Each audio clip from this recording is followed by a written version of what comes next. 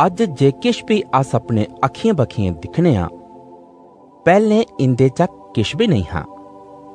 उस वेले सिर्फ परमेश्वर के हा, ओ ए ते हमेशा रहोग, कि जे उदा कोई अंत नहीं है।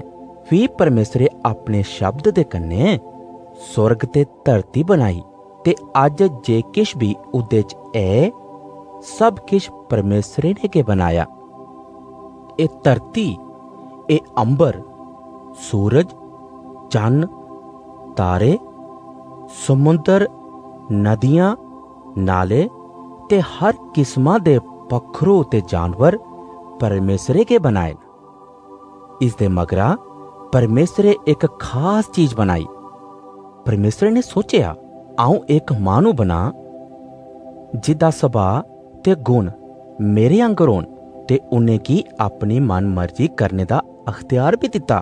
फ्ही परमेसरे मित्तिया कन्ने एक मानू बनाया, ते उन्हें मानुए दे नक्के च जीवने दा साह पाया, ते उदे च जान आई गई।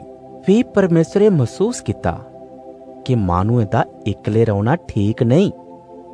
इस किते परमेसरे उदे किते एक जीवन साथी बनाया, ते परमेसरे उनदे रौने किते आदन नां दा एक बाग बनाया, ते उदे च बड़े सारे फलदार बूटे भी लाए। परमेसरे उस बागे च 2 खास किस्मां दे बूटे भी लाए। उनदे चा एक बूटा नेहा हा जिदा फल जीवन दिंदा हा, ते दूआ नेहा हा जिदा फल मंदी ते शैल गल्लें दी मत्त दिंदा हा। फ्ही परमेसरे एह जानने किते कि ओह उदे हुक्में की मनदे न या नहीं। उनदी परख लेने किते उन्हें की एह हुक्म दिता कि तुस इस बागे दे सारे बूटें दे फल खाई सकदे हो, पर उस बूटे दा फल जेका शैल ते मंदी गल्लें दी मत्त दिंदा है, तुस उस बूटे दा फल कदे नहीं खाओ। जिस ध्याड़े भी तुस उस बूटे दा फल खागे, उसे ध्याड़े तुस मरी जागे।